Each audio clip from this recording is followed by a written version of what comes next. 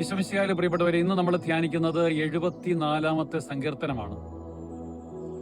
ദേവാലയത്തിന്റെ നാശത്തെക്കുറിച്ചുള്ള ഒരു വിലാപ ഗാനമാണ് ഇത്.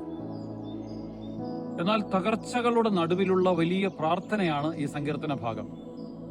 23 തിരുവചനങ്ങൾ.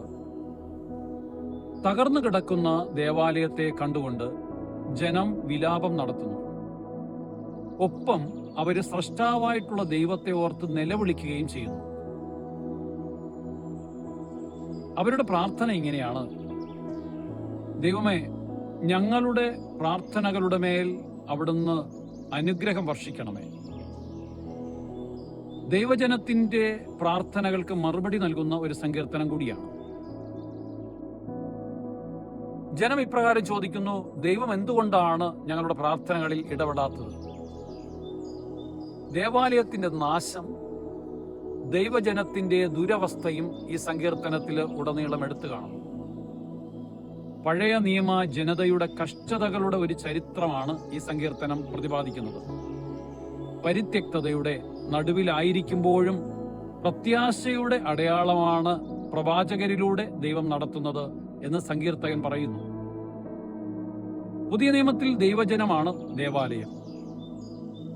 ശരീരമാകുന്ന ദേവാലയത്തെ നശിപ്പിക്കുന്നവനാണ് യഥാർത്ഥമായിട്ടുള്ള ശത്രു എന്ന് 1 കൊരിന്ത്യസിന്റെ ലേഖനം 6-ാമത്തെ അധ്യായത്തിൽ നമ്മൾ വായിക്കുന്നുണ്ടല്ലോ. ദൈവത്തിന്റെ ആത്മാവ് വസിക്കുന്ന ആലയമാണ് നമ്മളുടെ ശരീരം.